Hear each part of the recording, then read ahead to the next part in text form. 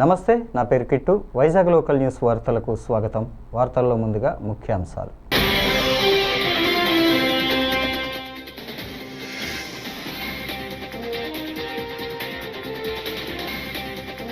జగన్ అవినీతి క్రెడిట్ను ఎవరూ చోరీ చేయలేరు, మంత్రి కొల్లు రవీంద్ర సెటైర్స్.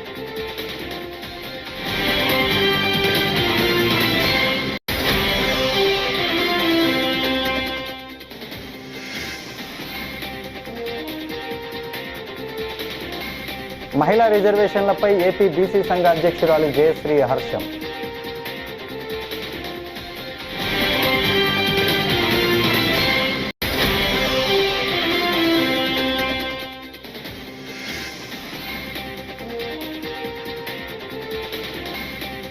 పోరుకు పోదాం రండి, వైకాపా నేతల డ్రామా, దువ్వాడ శ్రీనివాస్.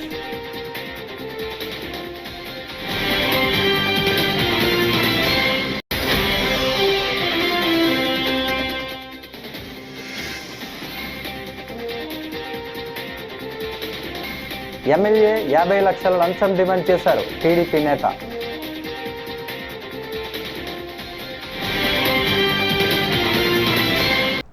ఇక డీటెయిల్స్ చూస్తే, మాజీ సీఎం జగన్మోహన్ రెడ్డిపై మంత్రి కొల్లు రవీంద్ర తీవ్రస్థాయిలో విరుచుకుపడ్డారు. మంగళవారం మీడియాతో మాట్లాడుతూ జగన్ క్రిమినల్, దోపిడీ, విధ్వంసాల క్రెడిట్ను ఎవరూ చోరీ చేయలేరని వ్యాఖ్యానించారు. తన 5 ఏళ్ల పాలనలో చేసింది చెప్పుకునేందుకు ఏమీ లేక చంద్రబాబు చేపడుతున్న అభివృద్ధిని క్రెడిట్ చోరీ చేసేందుకు జగన్ యత్నిస్తున్నారని విమర్శించారు. జగన్ అబద్ధాలకు విస్తృత ప్రచారం కల్పించేందుకు ఆయన సైకో బ్యాచ్ పరితపిస్తోందని మంత్రి అన్నారు. మా క్రెడిట్ అంత చోరీ చేస్తున్నారని చెప్పి మాట్లాడుతూ ఉన్నారు. మరి రీసెంట్గా మన ఆర్సెల్ఆర్ మిట్టల్ దగ్గర 1,35,000 కోట్ల రూపాయలు పెట్టుబడితో ఒక స్టీల్ ప్లాంట్ నిర్మాణానికి మొన్న శంకుస్థాపన చేస్తే నేను ఎప్పుడూ 2021లోనే వాళ్ళని ఆహ్వానించాను కాబట్టి వాళ్ళు వచ్చారు ఇప్పుడు అని చెప్పి ఆయన మాట్లాడుతూ ఉన్నాడు. అయ్యా జగన్మోహన్ రెడ్డి గారు, అన్ని అభూత కల్పనలు, ఈ రాష్ట్రంలో జగన్మోహన్ రెడ్డి మాట్లాడినటువంటి అబద్ధాలు ఇవాళ ఎదుటివారి మీద బురద జల్లే కార్యక్రమాలు తప్ప ఆయన చేసింది చెప్పుకోవడానికి ఏమీ లేదు. ఇవాళ ఏదైతే ఆయన చెప్పిన 100 సార్లు అబద్ధాలు చెప్తాడు, అవే అబద్ధాలు సైకో బ్యాచ్ ఉన్నారు కింద, వాళ్ళు మోస్తా ఉంటారు. అవి ఇదేనా మీ క్రెడిట్? ఇవాళ మీ క్రిమినల్ క్రెడిట్ గురించి, మీ దోపిడీల గురించి, మీరు చేసినటువంటి విధ్వంసాలు క్రెడిట్ ఎవరు చోరీ చేయలేరు. ఇది వాస్తవం. నేరాలు చేశారు, అనేక దోపిడీ చేశారు. అలాంటి క్రెడిట్ని ఎవరు మీకులాగా ఆ క్రెడిట్ని సాధించలేరు. మీరు చేసినటువంటి విధ్వంసాలు సాక్షాత్తు ప్రజావేదిక లాంటి ఒక పవిత్రమైనటువంటి స్థలాన్ని కూల్చారు. అలాంటిది ఎవరు చేయలేరు. ఆ క్రెడిట్ ఎవరు కూడా చోరీ చేయలేరు. అలాగే 9 సార్లు విద్యుత్ ఛార్జీలు పెంచారు. 32,000 కోట్ల రూపాయలు ప్రజల మీద భారం మోపారు. అలాంటి క్రెడిట్ని ఎవరు చోరీ చేయలేరు మీరు చేసినటువంటి దుర్మార్గాల్ని. రివర్స్ టెండర్ పేరుతో పోలవరం పనుల్లో, అలాగే నదుల అనుసంధానానికి గండి కొట్టినటువంటి క్రెడిట్ని ఎవరు చోరీ చేయలేరు. అది మీ ఘనత. అదేవిధంగా పక్క రాష్ట్రాల కన్నా కూడా ఒక సమర్థవంతమైనటువంటి రాజధాని అమరావతి నిర్మాణం చేసుకోవాలంటే ఆ అమరావతి నిర్మాణానికి అడ్డంగొట్టి 3 రాజధాని పేరుతో విషం చిమ్మి అమరావతి రైతుల మీద దాడులు చేసి మీరు చేసినటువంటి విధ్వంసం, విద్వేష చర్యలను ఎవరు కూడా క్రెడిట్ తీసుకోలేరు. అలాగే కమిషన్ల కోసం పరిశ్రమలు, అనేక పరిశ్రమలు మీరు ఈ రాష్ట్రం నుంచి తరగొట్టారు. మరి ఆ క్రెడిట్ కూడా మీకులాగా చేసినటువంటి పనుల మీద ఎవరు కూడా ఇట్లాంటి దుర్మార్గమైనటువంటి కార్యక్రమాలు చేసి. వైకాపా నేత మాజీ మంత్రి ధర్మాన ప్రసాదరావు నాయకత్వంలో నిర్వహించిన మూలపేట పోర్టుకు పోదాం రండి కార్యక్రమం ఓ డ్రామా అని ఎమ్మెల్సీ దువ్వాడ శ్రీనివాస్ విమర్శించారు. ఈ మేరకు సోషల్ మీడియాలో ఆయన ఓ వీడియోను విడుదల చేశారు. పోర్టుకు పోదాం రండి అని పిలుపునిచ్చి 10 కిలోమీటర్ల దూరంలో టెంట్ వేసి మాట్లాడారని, పోర్టు లోపలికి ఎందుకు వెళ్ళలేదని దువ్వాడ ప్రశ్నించారు. 40 మందికి పోర్టు లోపలికి వెళ్ళి పరిశీలించేందుకు అవకాశం ఇచ్చినప్పటికీ ఆ ఆలోచన చేయకుండా అందరినీ మభ్యపెట్టి తప్పుడు సమాచారం ఇచ్చారని అన్నారు. అక్కడ నిర్వహించిన సభలో నిర్వాసితులు పోర్టుకు 100 మీటర్ల రహదారి ఇచ్చి త్యాగాలు చేసిన వారి ఇబ్బందులపై మాట్లాడలేదని ఆరోపించారు. వాళ్ళకెవరికి మాట్లాడనివ్వకుండా ఈయనే మాట్లాడిస్తూ జగన్మోహన్ రెడ్డి గారి తాలూకా ఆశయాల్ని తుంగలో తొక్కాడు ఈరోజు ధర్మాన ప్రసాద్ చాలా వ్యూహాత్మకంగా. ఎలా అంటే పోర్టుకు పోదామని చెప్పి పోర్టుకు పోయినారా? పోలేదే. పోర్టుకు 10 కిలోమీటర్ల దూరంలో ఒక టెంట్ వేసి, అంటే ఇక్కడ ప్రజలందరికీ మూలపేట, విష్ణు చక్రం గ్రామాల ప్రజలందరికీ లేఅవుట్ ఇచ్చాం. నాటి ముఖ్యమంత్రి గారు జగన్మోహన్ రెడ్డి గారు కూడా అక్కడే సమావేశం పెట్టారు. ఆ సమావేశం దగ్గర వీళ్ళు ఒక టెంట్ వేసి మాట్లాడారు. మరి ఎందుకు పోర్టుకు పోలేదు? నిజంగా పోర్టుకు పోవాలంటే వేలాది మంది ప్రజలు అవసరమా? ఉత్తరాంధ్ర మొత్తం తరలించడం అవసరమా? ఒకవేళ అలా తరలిస్తే వేలాది మంది ప్రజలు కలిసి పోర్టులోకి వెళ్ళొచ్చా? అలా వెళ్ళేటప్పుడు అక్కడ ఏమైనా అవాంఛనీయ సంఘటనలు కన్స్ట్రక్షన్ చేసేటప్పుడు చాలా ప్రమాదకరమైన పరిస్థితులు ఉంటాయి పోర్టులో. అలాంటి పరిస్థితుల్లో ఏదైనా ఒక అవాంఛనీయ సంఘటన జరిగితే అది ప్రమాదకరమని పోర్టు యాజమాన్యం ఆలోచిస్తారు, తప్పేం లేదు. కానీ ప్రజలందరికీ తెలియని విషయం ఏంటంటే 40 మందికి అవకాశం ఇచ్చారు ఈరోజు పోర్టులోకి. 40 మంది అంటే ధర్మాన ప్రసాద్తో కలుపుకొని 40 మంది నాయకులు, ఉత్తరాంధ్ర నుంచి వచ్చినటువంటి అందరూ కూడా హాయిగా వెళ్ళొచ్చు, పోర్టు నిర్మాణం పనులు చూడొచ్చు, బయటకు రావచ్చు, స్టేట్మెంటు, ఇప్పుడు మీటింగ్ పెట్టిన స్థలంలో మీటింగ్ పెట్టుకోవచ్చు, మాట్లాడవచ్చు. ఎవరు కాదన్నారు? ఈ పని చేయలేదే. మరి మీరు ఇది చాలా డ్రామా. ఈ నాటకం ఎలా జరిగిందంటే కింజరాపు అంటే అచ్చెన్నాయుడు, రామ్మోహన్ నాయుడు, ధర్మాన కృష్ణదాస్, ధర్మాన ప్రసాద్ కిలాడీలు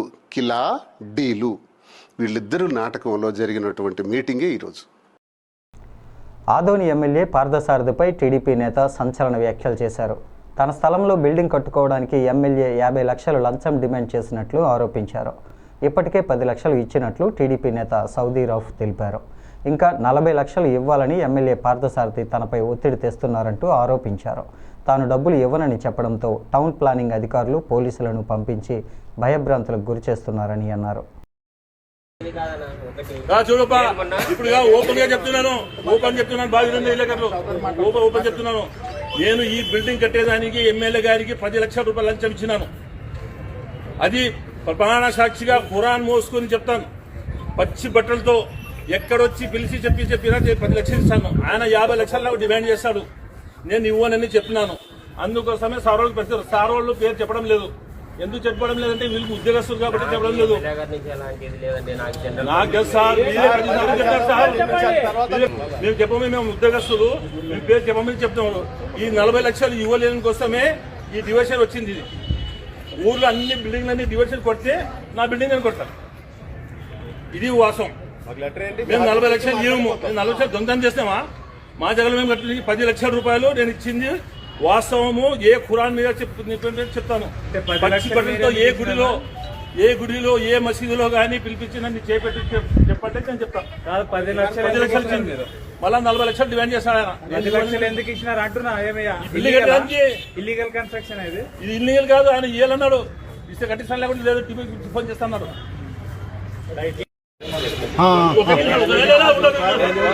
చెప్పండి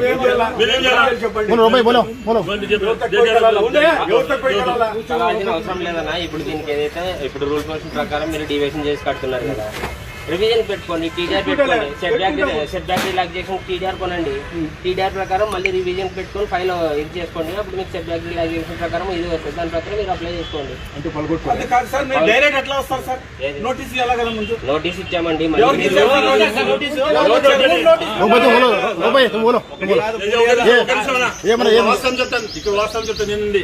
ఫస్ట్ గా గునాలు చేసినప్పుడు ఎమ్మెల్యే గారు అని చెప్పి నా జాగా మీ దాంట్లో వచ్చిందండి. అంటే నాకు అమ్మకి ఒక నిమిషం సార్ ఉండాలా సార్ మీరు వచ్చినారు ఉండాలా మీ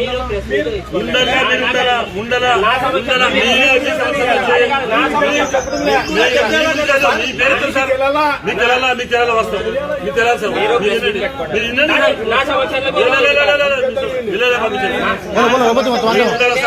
ఉండాలా 5 నిమిషాలు చెప్తే అన్యాయమైన తెలుసా ఫస్ట్ స్టార్ట్ చెప్తున్నాను అన్నేమనే అన్నా నీ నుంచి ఒక జాగా ఇంచున్నా మేము తీసుకోమని చెప్పి వచ్చి పగలగొట్టి 2 సార్లు ఇచ్చిన నేనైనా నా చేతులు ఇచ్చిన పెద్ద మసీదులో ఖురాన్ మోసుకొని పచ్చి బట్టలతో వచ్చి చెప్తా తెలుసా అతని మన అన్న ఏ గుళ్ళో చెప్పండి చెప్తాను. మధ్యవర్తికి 1 లక్ష రూపాయలు ఇచ్చినాను. మధ్యవర్తి డీజీపీ దీనికంట చట్టసభల్లో మహిళలకు 33% రిజర్వేషన్లు ప్రకటించడంపై ఏపీ రాష్ట్ర బీసీ సంక్షేమ సంఘం మహిళా అధ్యక్షురాలు జయశ్రీ మంగళవారం ధర్మవరంలో హర్షం వ్యక్తం చేశారు. మహిళా రిజర్వేషన్ కోసం ఎన్నో సంవత్సరాలుగా ఎదురుచూస్తున్నామని, ఈ ప్రకటనపై ప్రధాని నరేంద్ర మోడీ, సీఎం నారా చంద్రబాబు నాయుడుకు ఆమె ప్రత్యేకంగా కృతజ్ఞతలు తెలిపారు. ఈ రిజర్వేషన్ మహిళా సాధికారతకు దోహదపడుతుందని ఆమె అభిప్రాయపడ్డారు. మన కేంద్రంలో 33% రిజర్వేషన్ ఇచ్చేదానికి ఆమోదం తెలిపి తొందరలో దాన్ని అమలు చేయబోతున్నారు. ఆ శుభ సందర్భంలో నేను ఒక మహిళగా నా తోటి మహిళలు, ముఖ్యంగా నా బీసీ మహిళలందరి తరపున కేంద్రంలో మన ప్రధానమంత్రి శ్రీ మోడీ గారికి, నరేంద్ర మోడీ గారికి, మరియు రాష్ట్రంలో నారా చంద్రబాబు నాయుడు గారికి మా హృదయపూర్వక నమస్కారాలు, శుభాభినందనలు, మా హృదయపూర్వక కృతజ్ఞతలు తెలియజేసుకుంటున్నాము. గుత్తిలో గ్యాస్ కొరత లేదని తప్పుడు ప్రచారాలు చేస్తే కఠిన చర్యలు తీసుకుంటామని గుంతకల్లు డీఎస్పీ శ్రీనివాసులు హెచ్చరించారు. మంగళవారం గుత్తి సిఐ కార్యాలయంలో ఆయన విలేకరులతో మాట్లాడుతూ 3 వారాల్లోనే గ్యాస్ ఏజెన్సీలు 19,000 సిలిండర్లు పంపిణీ చేశాయని తెలిపారు. వ్యక్తిగత కారణాలతో ఓ మహిళ ఆత్మహత్య యత్నం చేసిన ఘటనను గ్యాస్ కొరతకు ముడిపెట్టడం సరికాదని ఆయన స్పష్టం చేశారు. ఆ విషయంలో మనం ఇప్పుడు పత్రికా ప్రకటన చేద్దామని ప్రెస్ మీట్ పెట్టడం జరిగింది. మన గుత్తికి సంబంధించినటువంటి గుత్తి మండలం తొట్టపాడు గ్రామంలో మునగల మహాలక్ష్మి అనేటువంటి ఆమె వైఫ్ ఆఫ్ హరికృష్ణ. ఈమె వాళ్ళ భర్త, వాళ్ళ అత్త, ఇంకా 3 పిల్లలతో అక్కడ విజయలో నివాసం ఉంటూ ఉంటుంది. వాళ్ళు కూలి పనులు చేసుకొని మామూలుగా నివాసం చేస్తూ ఉంటారు. తన భర్త ఈ కుటుంబ విషయాలు పట్టించుకోవడం లేదని చెప్పి, కుటుంబ అవసరాలు సరిగా తీర్చడం లేదో, చూసుకోవడం లేదు అనేటువంటి విషయంలో ఆమె గత 3 నెలల నుంచి సిలిండర్ అయిపోయింది, సిలిండర్ తీసుకొని రండి అని చెప్తుంటే 3 నెలల నుంచి అతను పట్టించుకోకుండా, బుక్ చేయకుండా, కుటుంబాన్ని పట్టించుకోకుండా అతను తిరుగుతున్నాడనే ఉద్దేశంతో ఆమె మనస్తాపానికి లోనై మొన్న 29వ తేదీ నాడు ఫినాయిల్ తాగింది. ఆత్మహత్య చేసుకునేందుకు ట్రై చేసింది. ఆమె పరిస్థితి బాగుంది, ఆమెకేం కాలేదు, బాగానే ఉంది. కాకపోతే దీనికి అతను గ్యాస్ అంటే కుటుంబ విషయాలు పట్టించుకోకుండా గ్యాస్ చేయలేదు అనేటువంటి విషయాన్ని కొంతమంది అసత్య ప్రచారం ఏం చేస్తున్నారంటే, పశ్చిమాసియాలో ఇప్పుడు జరుగుతున్నటువంటి యుద్ధానికి మన దగ్గర ఏదో గ్యాస్ కొరత ఉన్నట్టుగా, ఆ గ్యాస్ కొరత వల్లనే నేను ఆత్మహత్య ప్రయత్నం చేసింది అనేటువంటి లింక్ చేయడం జరిగింది. కాకపోతే ఇది మొత్తం టోటల్గా అబద్ధం. అది ఈమె ఆత్మహత్య చేసుకోవడానికి గ్యాస్ కొరత అనే దానికి లింక్ ఏం లేదు. కాకపోతే కుటుంబ విషయాలు పట్టించుకోవడం లేదు, అందులో ఒక భాగంగా సిలిండర్ తేవడం లేదు అని చెప్పేసి ఎన్నిసార్లు చెప్పినా కానీ సిలిండర్ తేవడం లేదు, గుర్తు నుంచి బుక్ చేయడం లేదు అనేటువంటి విషయంలో ఆమె చేసుకుంటుంది. ఇప్పుడు మనకు డిప్యూటీ తహసీల్దార్ ఉన్నారు, సివిల్ సప్లైస్ గుర్తివారు, వారు చెప్పినటువంటి ఇన్ఫర్మేషన్ మేరకి గత 3 వారాల్లో దాదాపుగా 19,000 సిలిండర్లు మన గుత్తిలో పంపిణీ చేయడం జరిగింది. గ్యాస్ ఏజెన్సీస్ గుత్తి నందు ఎటువంటి గ్యాస్ కొరత మనకి ఎటువంటిది లేదు.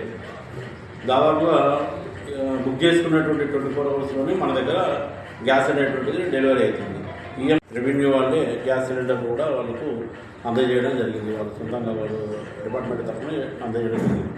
ఇటువంటి అసత్యమైనటువంటి ప్రచారం ఎవరైనా సోషల్ మీడియాలో కానీ ఇతరత్రా కానీ చేస్తే వాళ్ళ మీద చట్టరీత్యా చర్యలు తీసుకోవడం జరుగుతుంది. దయచేసి వాస్తవాన్ని అర్థం చేసుకోండి. ఎటువంటి గ్యాస్ కొరత లేకున్నా కానీ ఉన్నదని అసత్య ప్రచారం చేయకూడదని ప్రజలకు విజ్ఞప్తి చేస్తున్నాం. ప్రజలు కూడా కొద్దిగా గమనించవలసిందిగా థ్యాంక్ యూ. విశాఖ జిల్లా గాజువాక ఎల్వీ నగర్లో సంచలనం రేపిన మౌనిక హత్య కేసుపై గాజువాక పోలీసులు మీడియా సమావేశాన్ని ఏర్పాటు చేశారు. గాజువాక ఏసీపీ శ్రీనివాసరావు వివరాలు వెల్లడించారు. ఇండియన్ నేవీ ఐఎన్ఎస్ డేగాలో పెట్టి ఆఫీసర్గా విధులు నిర్వహిస్తున్న చింతాడ రవీంద్రకు తాటిచెట్లపాలెం ప్రాంతానికి చెందిన మౌనిక 2021 నుంచి డేటింగ్ యాప్ ద్వారా పరిచయమై 5 ఏళ్లుగా ఇద్దరి మధ్య స్నేహం కొనసాగుతుందని తెలిపారు. 29వ తేదీన గాజువాక ఎల్వీ నగర్ కీర్తి ఎన్క్లేవ్లో రవీంద్ర నివాసం ఉంటున్న ఇంటికి మౌనిక వచ్చిందని, ఇద్దరి మధ్య గొడవలు జరగడంతో గొంతు నులిమి హత్య చేశాడని రవీంద్ర ఒప్పుకున్నట్లు ఏసీపీ తెలిపారు. రవీంద్రని విచారించగా తనకు పెళ్ళయిందని, తన భార్య డెలివరీ నిమిత్తం పుట్టింటికి వెళ్ళిందని, మౌనిక ఆర్థికంగా ఇబ్బంది పెడుతుందని, ఆమె అడ్డు తొలగించుకోవాలని హత్య చేయాలని నిర్ణయించుకున్నానని రవీంద్ర తెలిపినట్లు పోలీసుల సమాచారం. ఉద్దేశపూర్వకంగా 2021 నుండి ఈ డేటింగ్ యాప్ ద్వారా ఈ రిలేషన్స్ కంటిన్యూ చేసినట్టుగా తెలుస్తా ఉంది. 2024లో ఈ రవీంద్రకి ముద్దాయి రవీంద్రకి పెళ్లి జరిగిందండి. పెళ్లి అయిన తర్వాత కూడా ఈ అమ్మాయితో రిలేషన్స్ కంటిన్యూ చేశారు. మరి ఈ రోజు విచారిస్తే అమ్మాయితో ఇబ్బందులు వచ్చినాయి, అభిప్రాయ భేదాలు వచ్చినాయి. ఇతను చెప్పే వర్షం ప్రకారం ఏంటంటే ఈ అమ్మాయి ఎక్కువ డబ్బులు డిమాండ్ చేస్తా ఉంది, నేను తట్టుకోలేకపోతున్నాను, అమ్మాయి హెరాస్మెంట్, ఆ ఉద్దేశంతోనే నేను ఈ అమ్మాయిని చంపానని చెప్పేసి అతను కన్ఫెషన్ ఇవ్వడం జరిగింది. అయితే అతను వర్షం ఎంతవరకు కరెక్ట్ అనేది, అతను డబ్బులు ఇచ్చాడా లేదా, అమ్మాయికి ఎంత డబ్బులు ఇచ్చాడో, అమ్మాయి హెరాస్మెంట్ కరెక్టా కాదనేది కూడా ఆ కోణంలో మరి ఇతని అకౌంట్స్, అమ్మాయి అకౌంట్స్ కూడా మరి దర్యాప్తులో భాగంగా వెరిఫై చేయడం జరుగుతాం. అదే ఇప్పుడు ఇది అమ్మాయికి చెప్పి అమ్మాయి ఎలా చేస్తుంది, డబ్బుల కోసం ఎలా చేస్తుందని చెప్పి అతను వర్షన్ అది.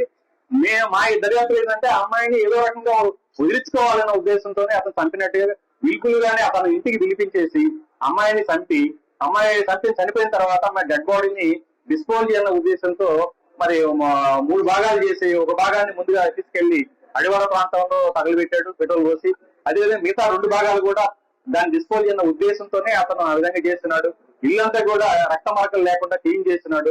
ఎన్ని పరిశీలిస్తే అతను ఉద్దేశపూర్వకంగానే చంపి ఆ శవాన్ని కూడా కనపడకుండా మాగియాలన్న ఉద్దేశంతోనే ఎన్ని చేసినట్టుగా మనకి తెలుస్తాం.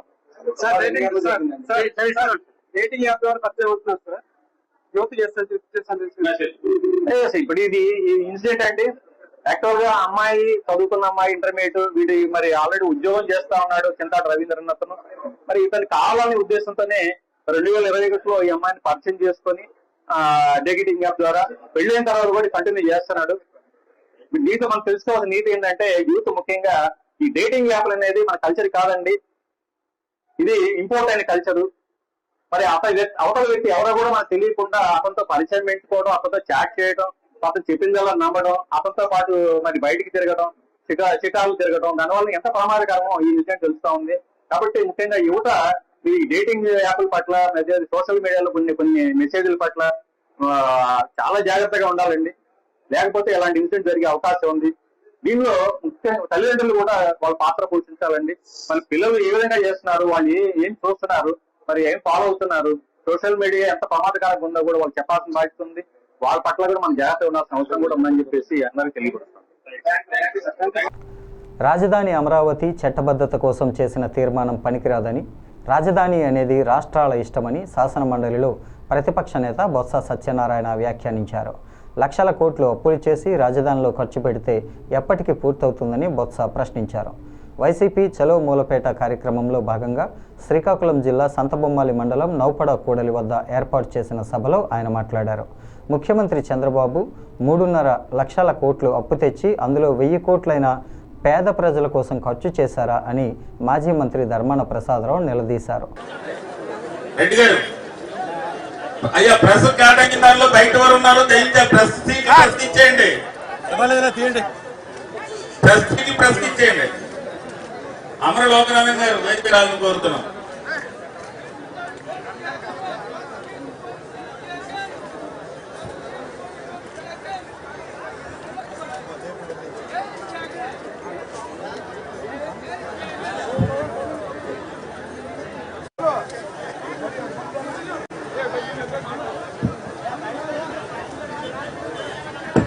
జోహార్ వైఎస్ఆర్, జోహార్ వైఎస్ఆర్, జోహార్ జోహార్ జోహార్ వైఎస్ఆర్, జోహార్ జోహార్ వైఎస్ఆర్. నేను చూశాను, ఏదో అమరావతి గురించి ఏదో మాట్లాడి ఎవరు అచ్చెన్నాయుడు గారు ఏదో అమరావతికి వచ్చి మళ్ళీ చట్టబద్ధత గురించి నాకు తెలిసి ఆ తీర్మానం దేనికి పనికిరాదు. అయినా సరే రాష్ట్రాలు అనేవి రాజధాని అనేది ఆ రాష్ట్రం తాలూకా ఇష్టం. నువ్వు గత ప్రభుత్వంలో దాన్ని రాజధానిగా గుర్తించి తీర్మానం చేసి పంపావు. ఎంత ఖర్చు పెట్టావు దానికి? 4,000 కోట్లు ఖర్చు పెట్టి 2,000 కోట్లు బిల్లు ఇచ్చి 1,000 కోట్లు వచ్చి కేంద్రం తెచ్చి దానికి 1,20,000 కోట్లు వచ్చి దాన్ని పెట్టి మరి నీ 5 సంవత్సరాల్లోనే 2,000 కోట్లు ఖర్చు పెట్టి 2,000 కోట్లు బాకీ పెట్టి వెళ్ళిపోతే ఇన్ని సంవత్సరాల్లో అది కంప్లీట్ అవుతుంది.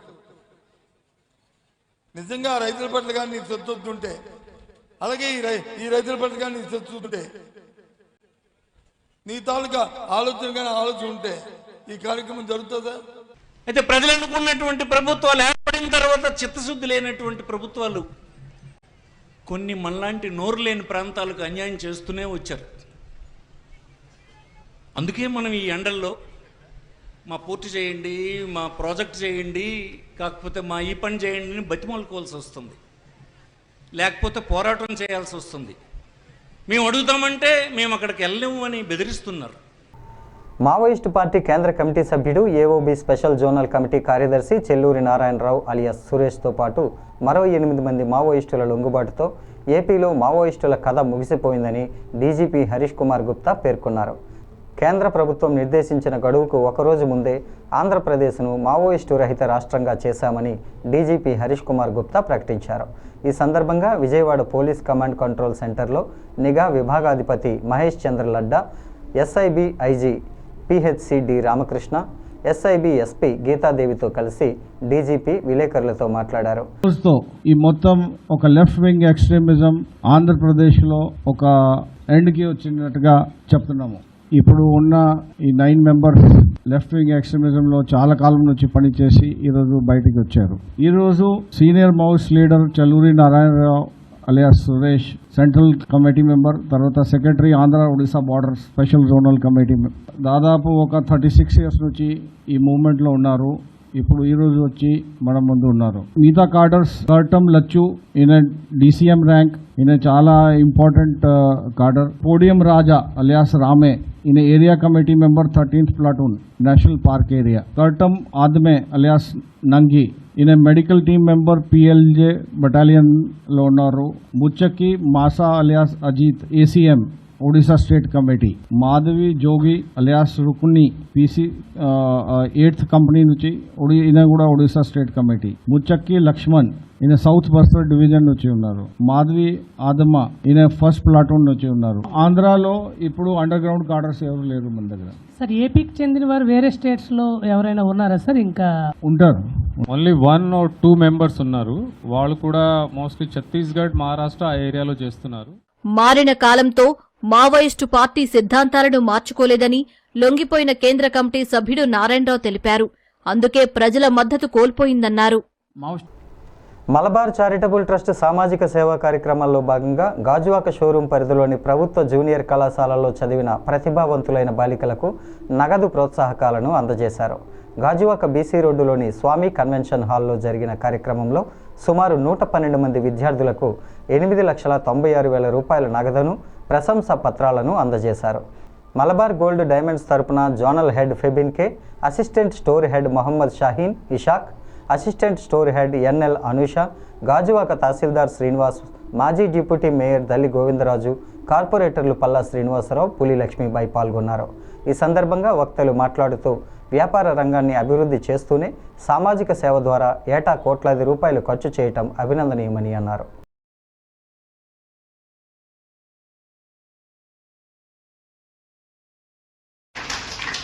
And our 67th Ward Corporator, Mr. P. Srinivas Rao Garu, onto the stage, please.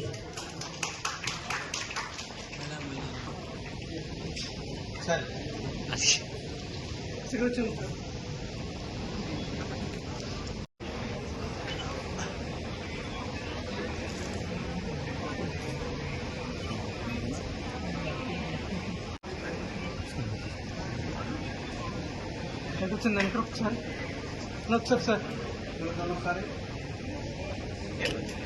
ఒకసారి చూడండి స్మైల్.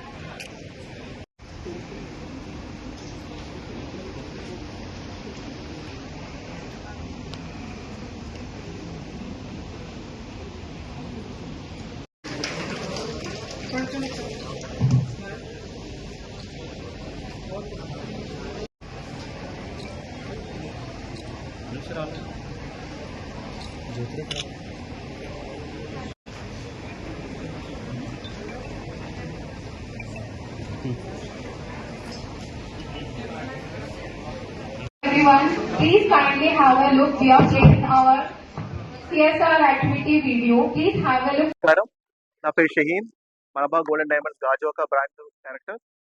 సో ఈరోజు ఇక్కడ మనం స్కాలర్షిప్ డిస్ట్రిబ్యూషన్ జరిగింది.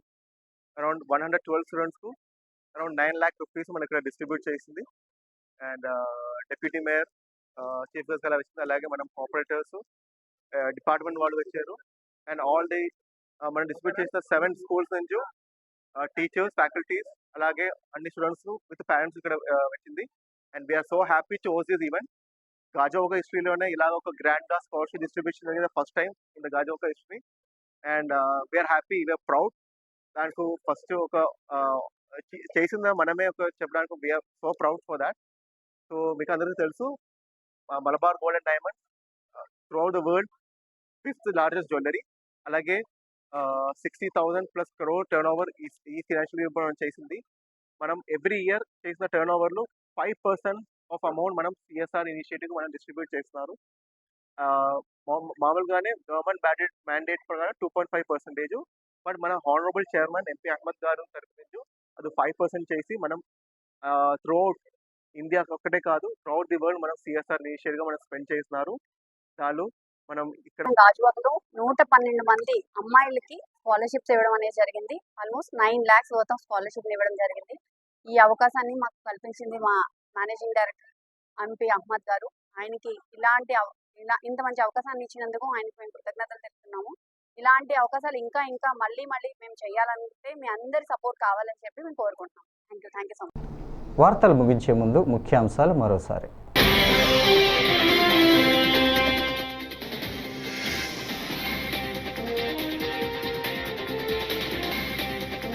జగన్ అవినీతి క్రెడిట్ను ఎవరూ చోరీ చేయలేరు, మంత్రి కొల్లు రవీంద్ర సెటైర్స్.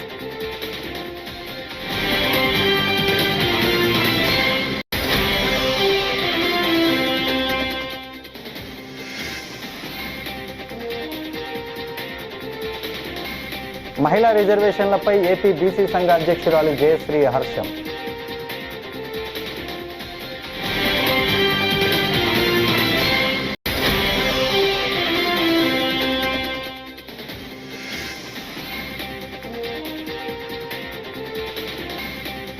పోరుకు పోదాం రండి, వైకాపా నేతల డ్రామా, దువ్వాడ శ్రీనివాస్.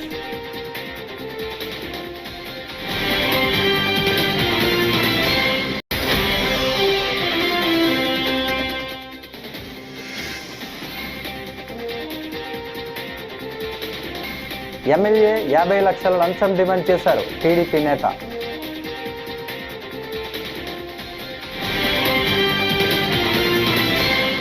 ఈ వార్తలు ఇంతటితో సమాప్తం. తిరిగి మరో తాజా బులెటిన్లో మళ్ళీ కలుసుకుందాం. అంతవరకు సెలవు. నమస్కారం.